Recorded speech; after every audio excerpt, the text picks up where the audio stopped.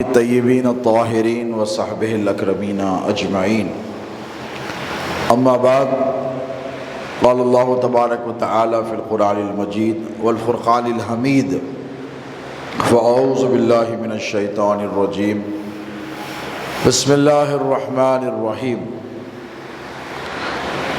ان الذین یؤذون اللہ ورسولہ لعنہم اللہ فی الدنیا والآخرہ وَأَعَدَّ لَهُمْ عَذَابًا مُهِينًا وقال تبارک وتعالی فی مقام الآخرہ الا ان اولیاء اللہ لا خوف علیہم ولا هم يحزنون صدق اللہ مولانا العظیم وبلغنا رسولہ الامین الکریم ونحن على ذلك لمن الشاہدین والشاکرین والحمد للہ رب العالمین۔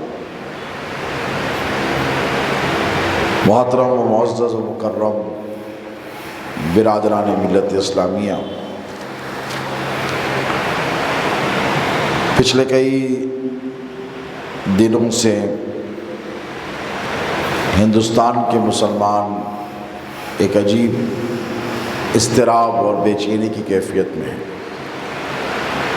آج آپ کی ہماری گفتگو دو عنوانات سے ہوگی، ایک تو تحفظ ناموس رسالت، اس کے تقاضے، اس کی اہمیت، اور پھر دوسرا تحفظ ناموس رسالت اور رسول اللہ صلی اللہ علیہ وسلم کی لائے ہوئے دین اور سنتوں کو نافذ کرنے میں کائنات ہست و بود میں ایک عظیم الشان کردار کرنے والی ذات محی الدین حضور پیران پیر سیدنا غوث العظم دستگیر۔ اولاً تو میں آپ سے یہ عرض کرنا چاہوں گا کہ پچھلے چند دنوں میں حیدرآباد کے سنی مسلمانوں نے بہت ہی سرد مہری کا مظاہرہ کیا ہے۔ ربیع الاول شریف میں سارا جوش، سارا جذبہ جلوس اور سڑکوں پر گھومنے پھرنے پر لگا دیا گیا، لیکن جب نکلنا چاہیے تھا تب مسلمان سڑکوں پر نکل کر نہیں آئے۔ ابھی چند روز قبل ملعون شاتم رسول، گستاخ رسول، شیطان صفت، درندہ صفت شخص نے رسول اللہ صلی اللہ علیہ وسلم کی شان اقدس میں گستاخی کی، تو مسلمان سرد مہری کا شکار ہوئے۔ الا چند علاقوں میں صدائے احتجاج کو بلند کیا گیا۔ اس سے پہلے ملعون رام گیری نے رسول اللہ کی شان میں گستاخی کی۔ بامبے کی سرزمین پر مسلمانوں نے اچھا احتجاج کیا اور اس کے نتائج بھی برآمد ہوئے۔ اسے گرفتار بھی کیا گیا، سلاخوں کے پیچھے چھوڑا بھی دیا جائے گا۔ ٹھیک اسی طرح سوامی نرسنگ آنند، اس کو بھی پکڑا گیا ہے، چھوڑ دیا جائے گا۔ ان کا ملک ہے، ان کی حکومت ہے، ان کے قوانین ہیں، ہمارا کیا ہے؟ غور و فکر کرنا یہ ہے کہ بحیثیت مسلمان جب رسول اللہ صلی اللہ علیہ وسلم کی شان میں گستاخی ہوتی ہے تو ہماری کیا کیفیت ہونی چاہیے؟ کیا محض سڑکوں پر نکل کر آنے سے نتیجہ برآمد ہوگا، یا محض صدائے احتجاج بلند کرنے سے نتیجہ برآمد ہوگا، یا پھر کیا کیا جائے؟ کیونکہ آپ جس ملک میں رہتے ہیں یہاں پر آپ حاکم کی حیثیت نہیں رکھتے بلکہ محکوم کی حیثیت رکھتے ہیں۔ You are not the government, you are the governed people. آپ یہاں پر ملک کے قوانین کے، یہاں کے آئین کے، یہاں کے دستور کے پابند ہیں۔ لیکن ذرا سوچئے تو صحیح کہ پچھلے 4-5 سال میں ہمارے اور آپ کے نبی پاک علیہ الصلاۃ والسلام کی شان اقدس میں جو تواتر کے ساتھ، یعنی ریپیٹیڈلی جو گستاخیاں ہو رہی ہیں، اس کے پیچھے کیا وجہ ہے، کیا وجوہات ہیں، اور کیوں سرکار کی شان میں گستاخیاں کی جا رہی ہیں؟ 4-5 سال میں 4-5 بڑے پیمانے پر جسے کہا جائے اہانت کا سلسلہ کیا گیا۔ سب سے پہلے تو اس ملعونہ نے، جو تسلیمہ نسرین کی شاگرد بتائی جاتی ہے، نپر شرما، اس نے سرکار کی شان میں اہانت آمیز کلمات کہے۔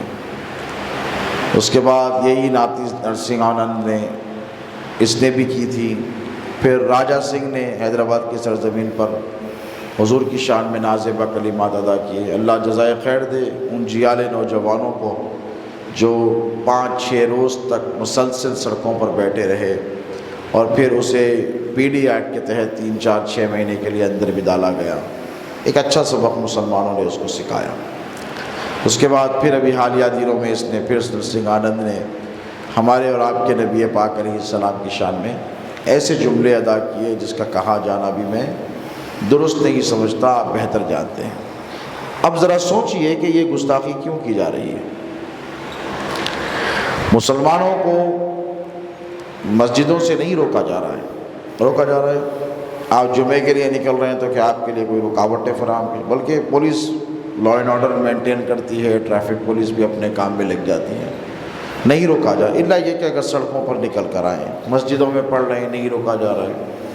مسلمان لاکھوں کی تعداد میں حج کے لیے جاتے ہیں، روکا جا رہا ہے؟ نہیں روکا، ان کو ریونیو جنریٹ ہوتی ہے، پیسہ ملتا ہے، نہیں روکا جا رہا ہے۔ آپ زکوٰۃ ادا کرتے ہیں، آپ کو نہیں روکا جا رہا ہے۔ تو آپ جتنے کام کر رہے ہیں، جیسے شادی بیاہ مسلمانوں کی ہوتی ہے، بڑے بڑے فنکشنز ہوتے ہیں، بڑی بڑی شادیاں ہوتی ہیں، بڑی بڑی باراتیں نکلتی ہیں، نہیں روکا جا رہا ہے۔ تو مسلمانوں کے عبادات میں مداخلت نہیں کی جا رہی ہے، بلکہ مسلمانوں کے اعتقادات میں مداخلت کی۔ ذرا غور کیجئے جملوں پر میرے، آپ کو عبادت سے نہیں روکا جا رہا ہے، بلکہ آپ کے عقیدے کو برباد کرنے کی کوشش کی جا رہی ہے۔ اسی لیے کہ عبادت سے روکیں گے، عقیدہ مضبوط رہے گا تو عبادت سے آپ کو نہیں روک سکیں گے۔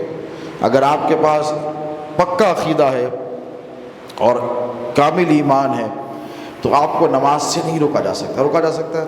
نہیں۔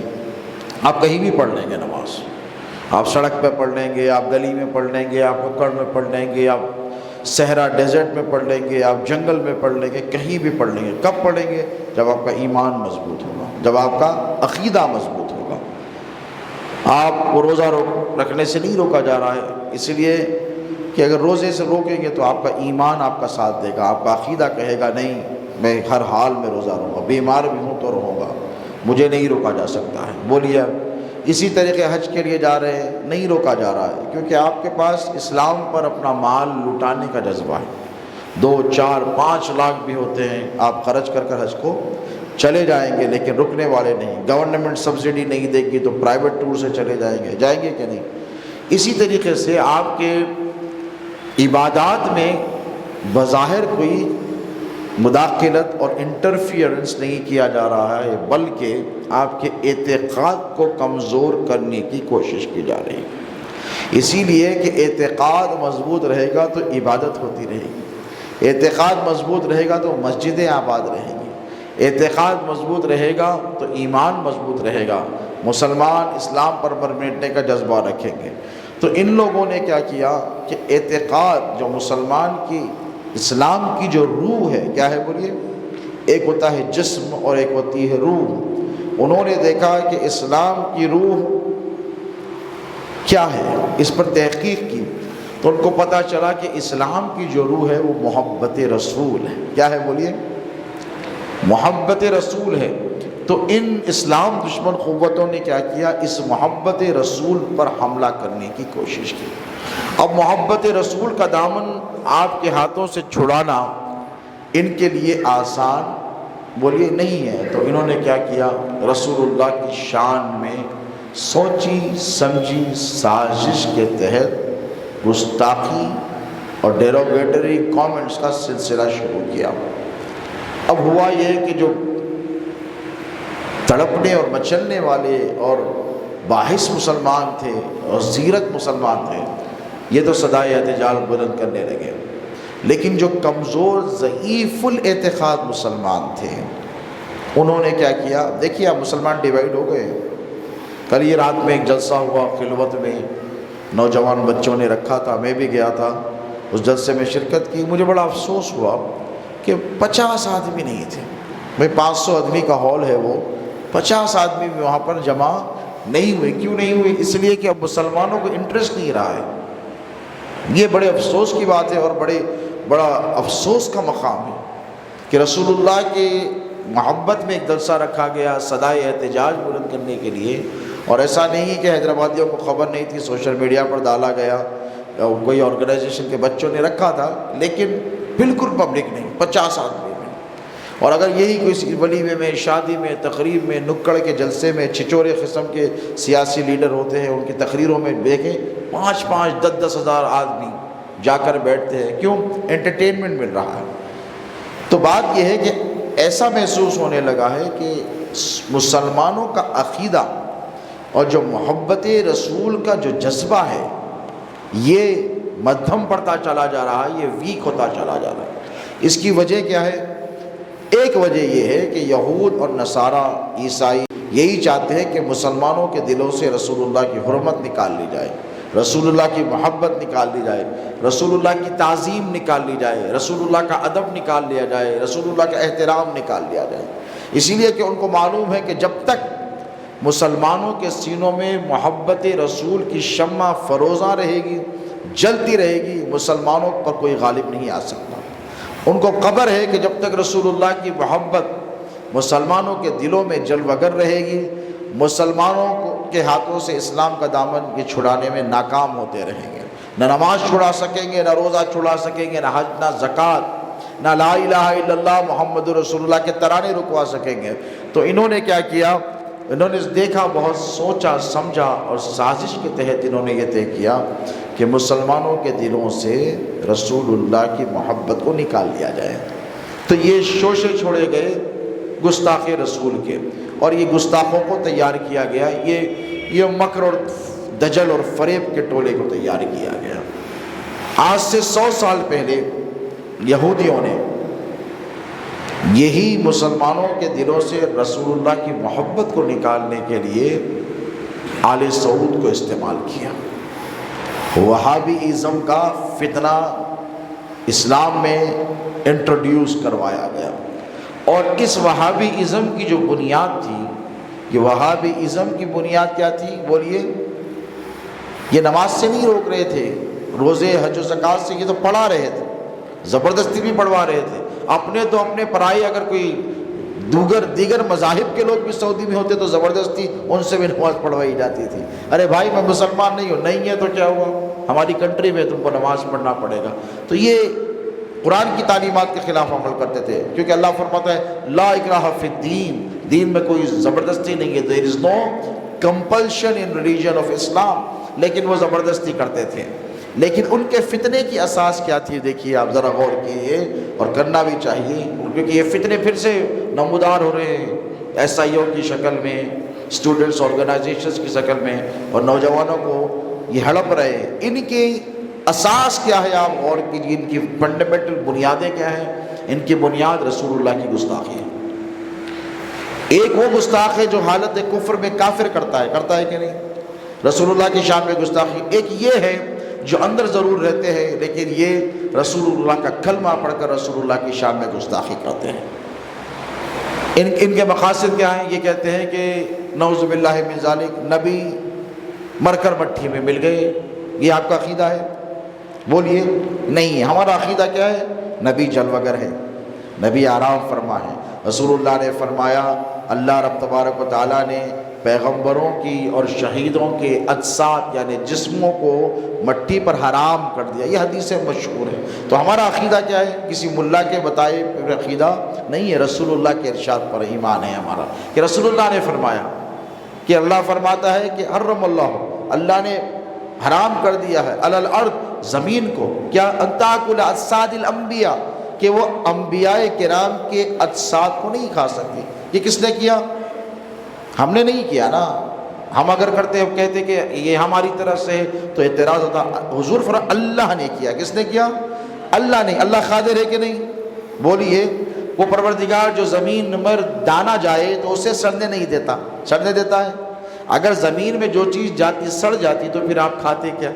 ذرا سوچئے، زمین کے اندر آپ ایک سیڈ ڈالتے ہیں کہ نہیں، اور اسے ڈھانپ دیتے ہیں، بند کر دیتے ہیں، اور اللہ اگر نہ چاہے تو وہ سڑ جاتا ہے، فصل نہیں ہوتی، اور اللہ جب چاہتا ہے تو پانی بھی برساتا ہے۔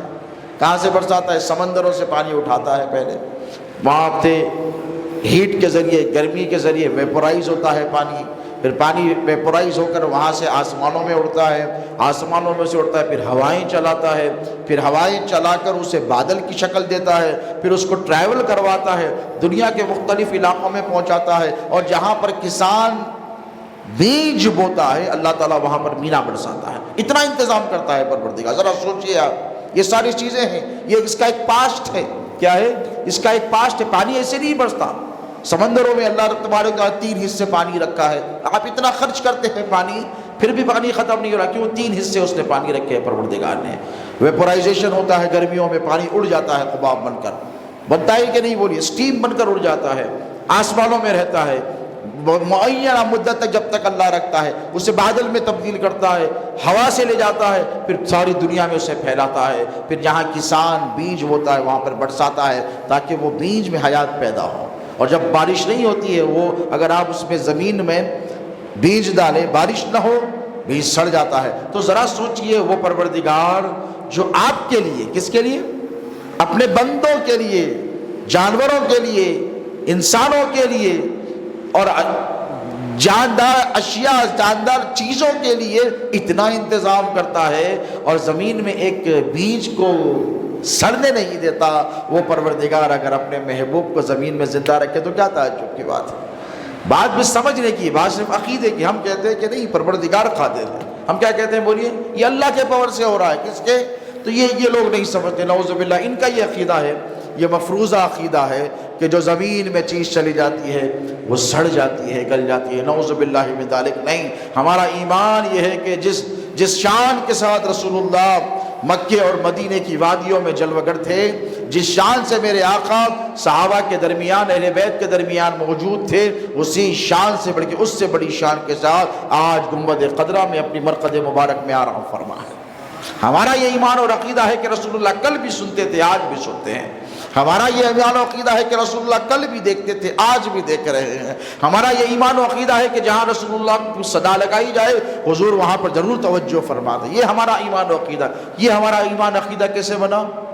ہمارے علماء نے، ہمارے مشائخ نے، ہمارے پیران سلسلہ نے، علماء اہل سنت نے یہ جو عقیدہ پیش کیا، یہ مفروضہ یا باطل عقیدہ نہیں ہے، بلکہ یہ عین قرآن اور سنت کے مطابق عقیدہ ہے۔ کیونکہ اللہ رب تبارک و تعالیٰ فرماتا ہے اپنے نبی کے بارے میں، یہ کہتے ہیں نبی نہیں ہے، ہم کہتے ہیں نبی ہر جگہ ہے۔ بولتے ہیں کہ نہیں؟ بولیے۔ ہم نے اس نبی کا کلمہ نہیں پڑھا ہے جو موجود نہیں ہے، ہم نے اس نبی کا کلمہ پڑھا ہے جو ہر جگہ موجود ہے۔ ہم نے اس نبی کا کلمہ پڑھا ہے جو سنتے ہیں ہماری بات کو۔ بولیے۔ اللہ رب تبارک و تعالیٰ نے اپنے حبیب کے بارے میں فرمایا وَعَالَمُوا أَنَّ فِيكُمْ رَسُولُ اللَّهِ، جان لو کہ میرا نبی مسلمانوں تم میں موجود ہے۔ اب اگر کوئی آج 15ویں صدی کا ہجری کا کوئی ملا آ کر ہم سے کہے، کوئی بدعقیدہ مولوی کہے کہ رسول اللہ نہیں ہے، تو ہم کہتے ہیں کہ ہم تیری مانیں یا اللہ کی مانیں؟ یہ مسلمانوں ذرا سوچو کہ یہ ہمارے بزرگوں کا ہم پر کتنا بڑا احسان ہے۔ یہ غوث و خواجہ کی نسبتوں کا فیضان ہے، سرکار پیران پیر سیدنا غوث العظم دستگیر کا احسان ہے، حضور سرکار غریب نواز کی تعلیمات کا احسان ہے، سرکار بندہ نواز کی تعلیمات کا احسان ہے، سرکار سیدنا موسیٰ قادری کی تعلیمات کا احسان ہے، مولانا احمد رضا خان رحمۃ اللہ تعالیٰ علیہ کی خدمات ہے، مولانا انوار اللہ فاروقی رحمۃ اللہ تعالیٰ علیہ کی خدمات ہے۔ انہوں نے ہمیں ایک خوبصورت صاف ستھرا عقیدہ عطا فرمایا۔ کیا عطا فرمایا ہے بولیے؟ ایک صاف اور ستھرا عقیدہ عطا فرمایا ہے۔ ہمیں وہ عقیدہ عطا فرمایا ہے کہ جس عقیدے کی بنیاد پر ہم رسول اللہ سے ایسی محبت کرتے ہیں، کرنے کا حق ہے ہم پر، ہے کہ نہیں؟ بولیے۔ محمد کی محبت دین حق کی شرط اول ہے، اسی میں ہو اگر خامی تو سب کچھ نامکمل ہے۔ اب یہ جو عقیدہ اہل سنت و جماعت ہے اور جو ہم کو ہمارے بزرگوں سے ملا ہے، کس سے ملا ہے بولیے؟ بزرگوں سے ملا ہے۔ ہم نے یہ عقیدہ ہمارے اکابر اولیاء اللہ سے حاصل کیا ہے۔ کسی کے باپ دادا کو حضرات یوسفین سے یہ عقیدہ ملا ہے، کسی کے باپ دادا پردادا کو حضرت شرف الدین سے یہ عقیدہ ملا ہے، کسی کے باپ دادا پردادا کو حضرت شاہ راجو قتال سے یہ عقیدہ ملا ہے، اور یہ عقیدہ چلتا آ رہا ہے۔ کسی کو سرکار موسیٰ قادری سے یہ عقیدہ ملا ہے۔ بولیے آپ۔ حضرت حسین شاہ ولی سے، حیدرآباد میں جتنے اولیاء ہیں، یہاں حضرت کملی والے شاہ صاحب رحمۃ اللہ تعالیٰ علیہ، اس محلے میں رہنے والے کسی کے باپ دادا پردادا کو ان سے عقیدہ ملا ہے۔ تو یہ عقیدہ بڑا صاف اور ستھرا عقیدہ ہے دوستو، یاد رکھو۔ اب یہ جو عقیدہ ہے یہ اہل سنت کا عقیدہ ہے۔ کس کا ہے بولیے؟ ہمارا یہ عقیدہ ہے کہ حضور باخبر ہے کہ نہیں؟ ہمارا یہ عقیدہ کہ حضور زندہ ہے، حیات النبی ہمارا ایمان ہے کہ نہیں؟ بولیے۔ ہمارا یہ عقیدہ ہے کہ حضور کو اللہ نے اختیار عطا فرمایا ہے۔ ہمارا یہ عقیدہ ہے کہ نبی رحمت صلی اللہ علیہ وسلم کا علم غیب ہے کہ نہیں؟ نبی غیب جاننے، نبی کہتے ہی اس کو ہے جو غیب کی خبر بتائے۔ اگر نبی کو غیب کی خبر بتانے والا نہ جانا جائے اور یہ کہا جائے کہ نبی کے پاس علم غیب نہیں، تو میں کہتا ہوں کہ پھر رسول اللہ نے قرآن کیسے دیا؟ جبرائیل غیب ہے کہ نہیں؟ آپ کو نظر آتے ہیں؟ نہیں آتے۔ آپ کو ایک ہی فرشتہ نظر آتا ہے، اور جب وہ نظر آتا ہے اس کے بعد آپ دنیا میں نہیں رہتے ہیں۔ وہ کون سا فرشتہ ہے؟ ملک الموت اسرائیل، اس کے علاوہ کوئی فرشتہ نظر آتا؟ 24 گھنٹے یہاں پر آپ کے فرشتے بیٹھے ہیں، نظر نہیں آتے آپ کو؟ آتے ہیں کہ نہیں؟ بولیے۔ آگے پیچھے پھرتے رہتے ہیں، آپ کو نظر نہیں آتے۔ یہ تو اللہ کا احسان ہے، نہ فرشتے نظر آتے ہیں نہ شیطان نظر آتا ہے۔ آتا ہے شیطان نظر، وہ آج کل تماشے ہو گئے ہیں۔ حیدرآباد میں بھی بڑے مرشدوں کے پاس بھی شروع ہو گئے، اللہ رحم کرے۔ سواری آ رہی ہے، حضرت کے آنکھ پہ سواری آتی ہے، بزرگ کی آتی ہے۔ میں ارے بزرگ نہیں ہے، ارے شیطان ہے وہ۔ بزرگوں کو کام نہیں ہے، انہوں سواری کریں گے تو انسان کی۔ یہ فریب دیا جاتا ہے۔ بولیے کیا ہے یہ؟ دھوکہ ہے۔ اگر آپ کے پاس کوئی کہے کہ ان کے اوپر حضرت یوسفین بابا کی سواری آ رہی، غریب نواز کی سواری آ رہی، غوث پہاڑ، میں نے کہا مردود، اپنے آپ کو دیکھ اور بزرگوں کی عظمت کو دیکھ۔ یہ سواری آنا ہے، نہ صحابہ کے دور میں تھی، نہ اہل بیت کے دور میں تھی، نہ غوث اعظم کے دور میں سنی، نہ سرکار غریب نواز کے دور میں سنی، نہ سرکار بندہ نواز کے دور میں سنی۔ سنی آپ نے کبھی کسی بزرگوں کے حالات میں؟ سنی بیٹھے ہوئے ہیں نواب صاحب اور ان کے اوپر سواری آ گئی؟ نہیں رے بےہودے، اگر سواری آئی تو شیطان رہتا ہو۔ کیا آتا؟ بولیے، شیطان آتا ہے۔ تو یہ مفروضہ خیالات بھی اہل سنت میں داخل ہو رہے ہیں، اس کا بھی سد باب کرنا بہت زیادہ ضروری ہے۔ جن آ گیا، کسی کے اوپر جن آ جا رہا آج کل۔ صاحب بڑھا رہے کے بول رہے انہیں بولتا۔ ارے کہیں کو بولتا بھائی انہیں؟ ارے جس پہ آیا اس کو زبان دیا نا اللہ، اس سے پوچھ لیں گے کیا مسئلہ ہے۔ نہیں، وہ جن آیا وہ جن بولتا۔ تو یہ سب دھوکے ہیں۔ کیا ہے؟ ہمارے بزرگوں نے یہ عقیدہ نہیں دیا ہے۔ ہمارے بزرگوں نے یہ عقیدہ دیا ہے کہ تم جب کسی ولی کامل کے آستانے پر جاؤ، مصیبت ہو، پریشانی ہو، اور تم کو معلوم ہے کہ تمہارے گناہوں کی وجہ سے اللہ تمہاری نہیں سن رہا ہے، قبول نہیں کر رہا ہے، سن ضرور رہا ہے، قبول نہیں کر رہا ہے، تم سے وہ ناراض ہے۔ کیا ہے؟ تم سے وہ ناراض ہے۔ تو کیا کرو؟ اے بچوں، ہمارے بزرگاں کہتے تھے حضرت یوسف بابا کے پاس تھوڑی دیر جا کے بیٹھ جاؤ۔ بابا کیا ہوتا اس سے؟ جا کے بیٹھ جاؤ، اور وہ اللہ کے مقرب بندے ہیں۔ کیا ہے؟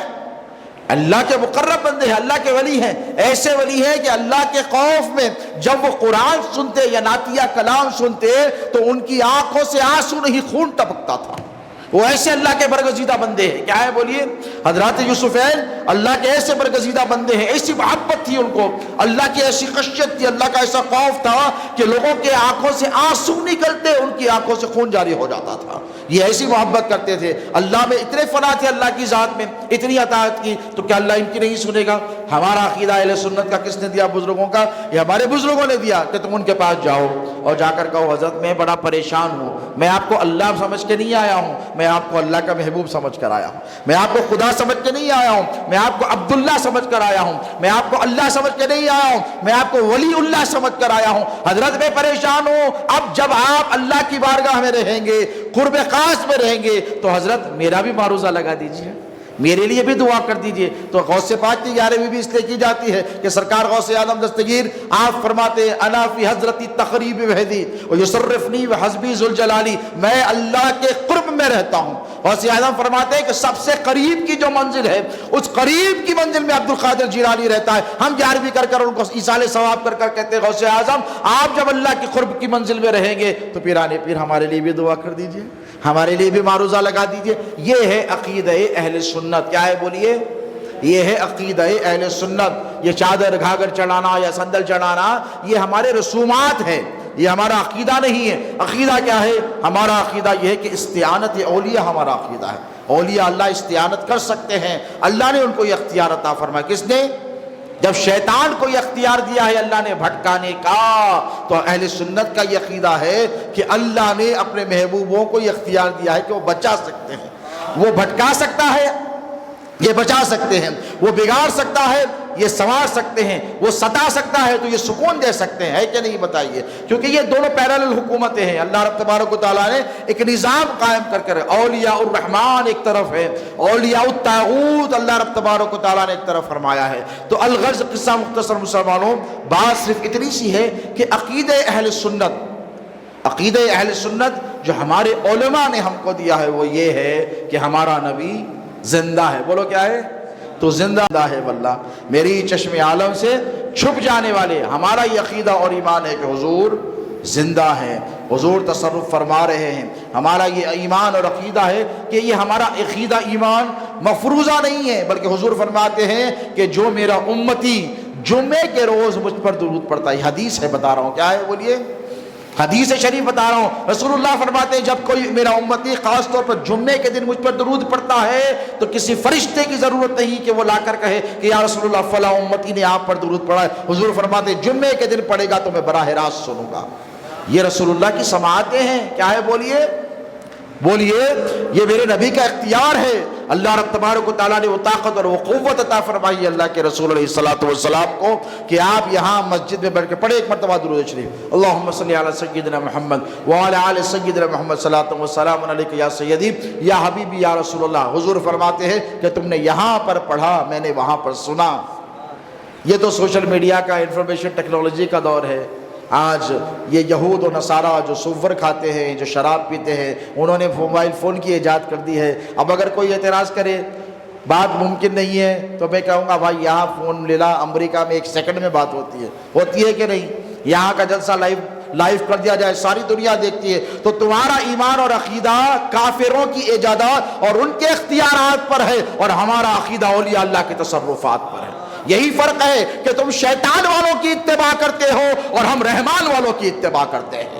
تم شیطان کے متبعین کی اتباع کر ان کے پاور کے قائل ہو، ہم اللہ رب تبارک و تعالیٰ کے دیے ہوئے پاور کے قائل ہیں۔ ہم کہتے ہیں کہ اللہ نے اپنے محبوب بندوں کو طاقت دی ہے، قوت دی ہے۔ حضور پیران پیر غوث اعظم دستگیر فرماتے ہیں نظرت الی بلاد اللہ جمعا کخردلۃ علی حکم اتصالی، کہ میں اللہ کے تمام ملکوں کو ایسے دیکھتا ہوں جیسے ہتھیلی میں رائی کا دانہ ہے۔ آج یہ ممکن ہے، آج یہ کمپیوٹر کا دور ہے، یہ ٹیکنالوجی کا دور ہے، آج ممکن ہے۔ لیکن 900 برس پہلے بغداد کی سرزمین سر پیران پیر غوث اعظم دستگیر فرما رہے ہیں تم 900 برس کے بعد اس بات کے قائل ہوگے کہ تم جہاں چاہو دنیا میں گوگل میپ میں جا کر زوم کر دیکھ سکتے ہو کو نہیں؟ دیکھیں سیٹلائٹ ورژن ہوتا ہے، ہائیبریڈ ورژن ہوتا ہے، آپ روڈز بھی دیکھ سکتے ہیں، آپ کا اپنا گھر دیکھ سکتے ہیں آپ گوگل میپ پہ۔ کس نے ایجاد کیا ہے بولیے؟ یہ کافروں نے ایجاد کیا ہے، یہ مشرکوں نے ایجاد کیا ہے۔ ساری دنیا میں آپ جہاں چاہے گوگل میپ دیکھ سکتے ہیں۔ یہ 900 برس بعد ایجاد کیا ہے۔ 900 برس پہلے سرکار غوث اعظم دستگیر بغداد کی سرزمین سے فرما رہے ہیں میں اللہ کے تمام ملکوں کو ایسے دیکھتا ہوں جیسے ہتھیلی میں رائی کا دانہ ہے۔ ذرا سوچو مسلمانوں، ناز کرو اپنے اس عقیدے پر، اپنے سنی مسلمان ہونے پر ناز کرو کہ تم نے ان اولیاء اللہ کا دامن تھاما ہے جن کی اتباع کر لوگ آج ترقی کر سائنس میں ایجادات کر رہے ہیں۔ ہاں this is possible۔ سفر معراج سے پہلے جب میرے آقا علیہ السلام عرش آدم پر گئے، راتوں رات سفر کیا، دنیا نے سوچا تھا کہ ہوا میں اڑا جا سکتا ہے؟ بولیے۔ اقبال کہتے ہیں کہ سبق ملا ہے یہ معراج مصطفیٰ سے مجھے، سبق ملا ہے یہ معراج مصطفیٰ سے مجھے کہ عالم بشریت کی زد میں ہے گردوں، کہ عالم بشریت، بشر میں اتنی طاقت ہے کہ گردوں جسے کہتے ہیں، افلاک، 7 افلاک، 7 آسمان، یہ سارے کے سارے اس کی زد میں ہے، اس کے تصرف و اختیارات میں ہے۔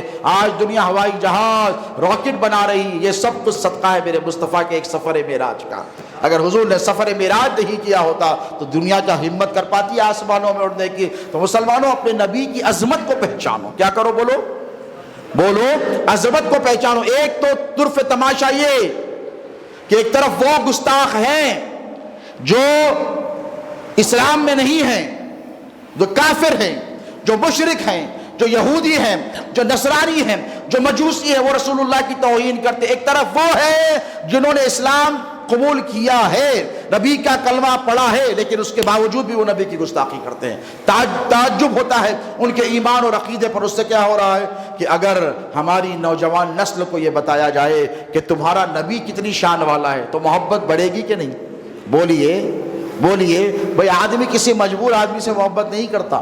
کوئی سڑک پر پڑا ہے، لوگوں کے رحم و کرم پر پڑا ہے، بھوکا ہے، پیاسا ہے، ایک طرف وہ ہے جو پاورفل ہے، ایک طرف وہ ہے جو طاقتور ہے، ایک طرف وہ ہے جو لوگوں کو کھلا رہا ہے، ایک طرف وہ ہے جو لوگوں کی ضرورتوں کو پوری کر رہا ہے، ایک طرف وہ ہے جو زمانے کی حاجتیں پوری کر رہا ہے، ایک طرف وہ ہے جو لوگوں کو بے دریغ خرچ کر رہا ہے، ان کی ہر ضرورت کو پوری کر رہا ہے، ہسپتال بنا رہا ہے، کالج بنا رہا ہے، اسکول بنا رہا ہے، یتیم خانے چلا رہا ہے، بیواؤں کی دستگیری کر رہا ہے، یتیموں کو پڑھا رہا ہے، تعلیم دے رہا ہے، کپڑے پہنا رہا ہے، غریب بچوں کی شادیاں کر رہا ہے، بچیوں کی شادی۔ تو آپ کس سے محبت کریں گے؟ آپ کی نظر میں وقار کس کا رہے گا؟ بولیے۔ اللہ کی نظر میں بھی وہی عظیم رہے گا جو اللہ کی راہ میں خرچ رہا ہے۔ دیکھیے، میں آپ کو عقیدہ سمجھا رہا ہوں اہل سنت کا، اور ایک طرف وہ ہے جو لوگوں کے رحم و کرم پہ پڑا ہے۔ حضور پیران پیر غوث اعظم دستگیر کا مشہور واقعہ ہے کہ پیران پیر نے دیکھا کہ ایک تاجر ہے، ایک بزنس مین، اور بہت دنوں سے مسجد میں اللہ اللہ اللہ اللہ اللہ کرتے بیٹھا ہے۔ تو غوث پاک نے پوچھا کہ یہ تو بہت بڑا تاجر تھا نا، یہ بزنس مین، اور اس کے زیر تحت تو کئی لوگ روزگار سے تھے اور کئی ہزار لوگوں کے گھر اس کی وجہ سے چلتے تھے، کیا ہو گیا اس کو کہ جب دیکھتا ہوں مسجد میں بیٹھا نظر آتا ہے؟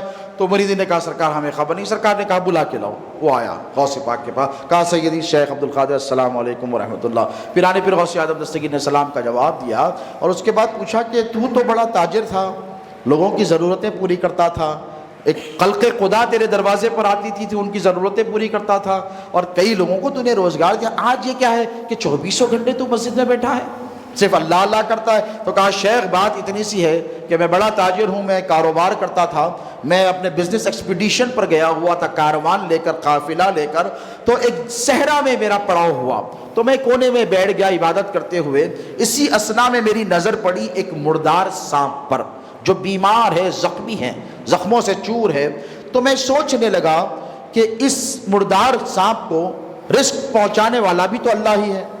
اب میں یہ دیکھتا ہوں کہ جب اللہ نے کہا ہے کہ وہ رزق دینے والا ہے، وہ رزاق ہے، کیا ہے؟ وہ رزاق ہے، تو اب اس کو رزق کون پہنچاتا ہے؟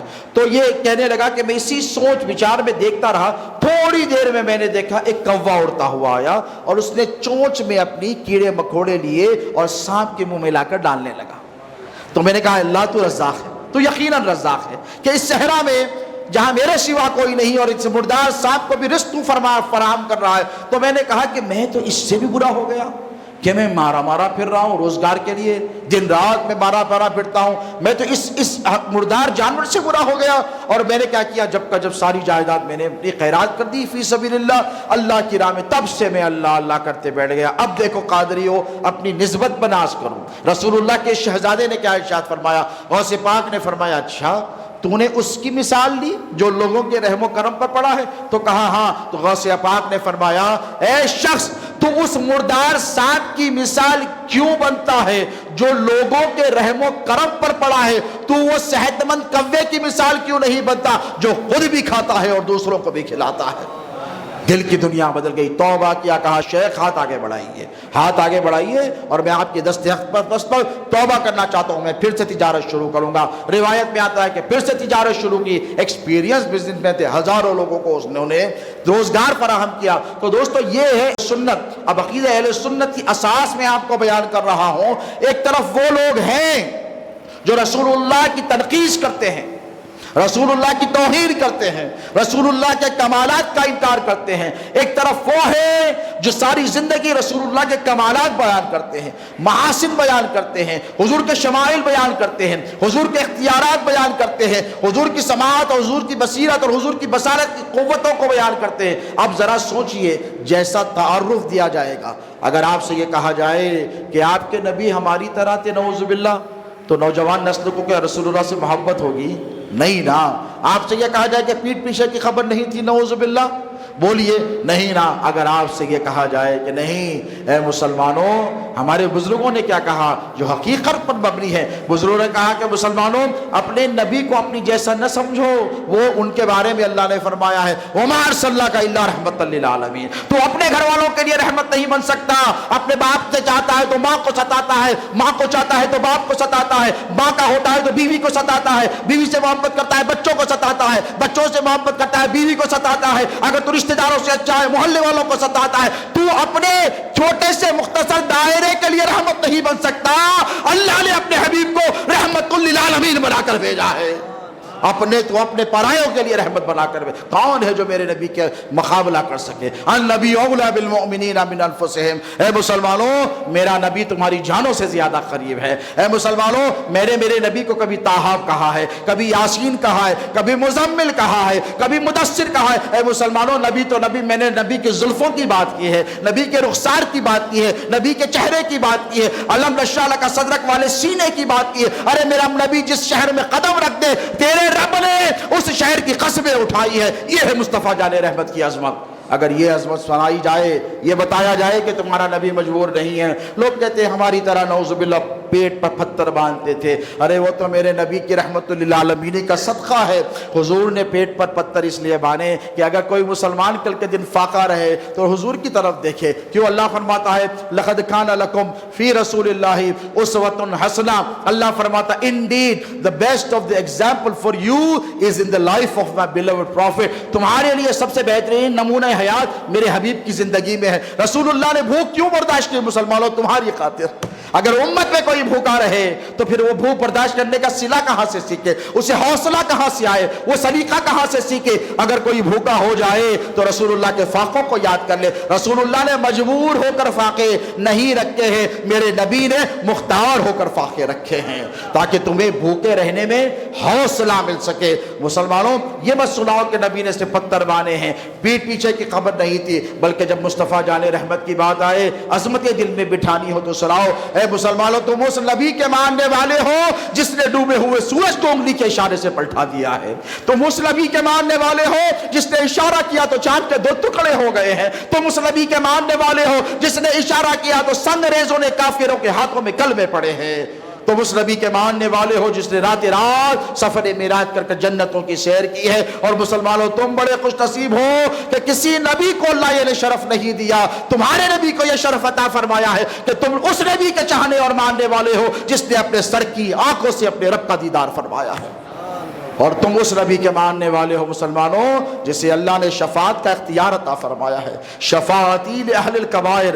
مدینہ منورہ اللہ آپ کو زیارت عطا فرمائے, روضے رسول پر جائیں تو آپ کو ریاض الجنہ کے بیچ میں یہ حدیث لگی دیکھیں گے. رسول اللہ کیا فرماتے ہیں؟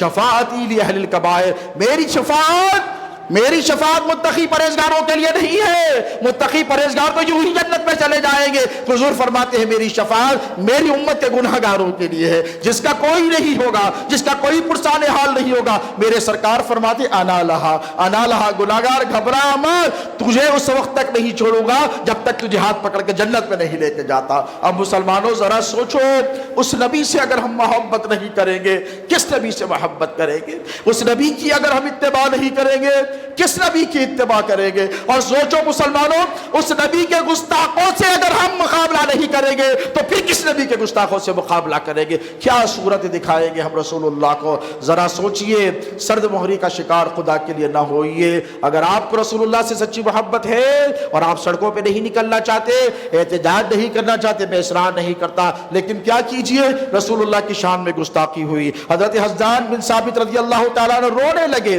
تڑپنے لگے, بلکنے لگے, اپنے کپڑے پھاڑنے لگے. حضور نے کہا حسان کی خبر لو. کہا یا رسول اللہ مشرکین مکہ نے آپ کی شان میں شعر بکے ہیں, آپ کی گستاخیاں کی. حضور نے کہا حسان کو بلا کر لاؤ. حضرت حسان بن ثابت آئے, حضور نے منبر پر بٹھایا اور بٹھا کر کہا حسان. انہوں نے کیا کہا؟ کہا یا رسول اللہ توحید کی. تو حضور نے کہا حسان تو میری تعریف کر.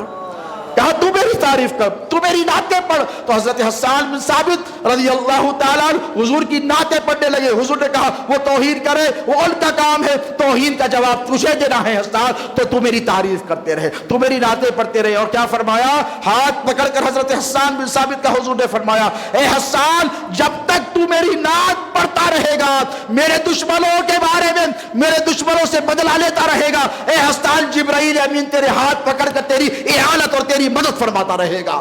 اللہ اکبر، کیا بڑا انعام ہے، ذرا سوچئے، ٹھہریے، رسول اللہ کی شان بیان کیجئے، شان سنیے، رسول اللہ کی عظمت کے ترانے گائیے۔